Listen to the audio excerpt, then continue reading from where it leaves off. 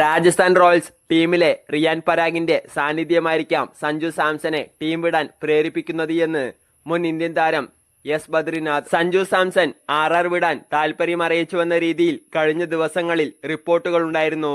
അതിന്റെ പശ്ചാത്തലത്തിലാണ് ബദ്രിനാഥിന്റെ പ്രതികരണം. അദ്ദേഹത്തിന്റെ വാക്കുകൾ ഇങ്ങനെയാണ്: റിയാൻ പരാഗാണ് അതിന്റെ കാരണമെന്നാണ് എനിക്ക് തോന്നുന്നത്.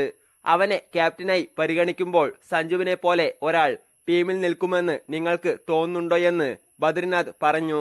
IPL 2026 മുന്നോടിയായി തന്നെ റിലീസ് ചെയ്യുകയോ ട്രേഡ് വിൻഡോയിലൂടെ കൈമാറ്റം ചെയ്യുകയോ വേണമെന്ന് സഞ്ജു സാംസൺ ടീമിനെ അറിയിച്ചുവെന്ന് പല ദേശീയ മാധ്യമങ്ങളും റിപ്പോർട്ട് ചെയ്തിരുന്നു. ഇതിന് പിന്നാലെ താരം ധോണിയുടെ പിൻഗാമിയായി ചെന്നൈ സൂപ്പർ കിങ്സിൽ എത്തുമെന്നും അഭ്യൂഹങ്ങൾ ഉണ്ടായിരുന്നു. റിപ്പോർട്ടുകൾ പറയുന്നതുപോലെ സഞ്ജു സാംസൺ ചെന്നൈയിലെത്തിയാൽ താരം എവിടെ കളിക്കുമെന്നും ബദ്രിനാഥ് ചോദിച്ചു. സഞ്ജു ടീമിലെത്തിയാൽ ധോണിക്ക് ഒരു പകരക്കാരനായി മാറിയേക്കാം.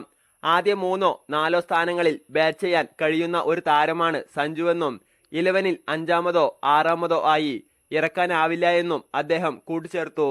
CSKയുടെ പ്ലേയിങ് 11 വളരെ ശക്തമാണ്. ആയുഷ് മാത്രേ, രുദ്രാജ് ഗൈക്വാദ്, ബ്രവീസ് എന്നിവർ ടീമിൽ സ്ഥാനമുറപ്പിച്ചിട്ടുണ്ട്. മുംബൈ ഇന്ത്യൻസ് ഹർദിക് പാണ്ഡ്യയെ ടീമിലെത്തിക്കാൻ നടത്തിയ ട്രേഡ് പോലെ CSK ചെയ്യുമെന്ന് എനിക്കുറപ്പില്ല.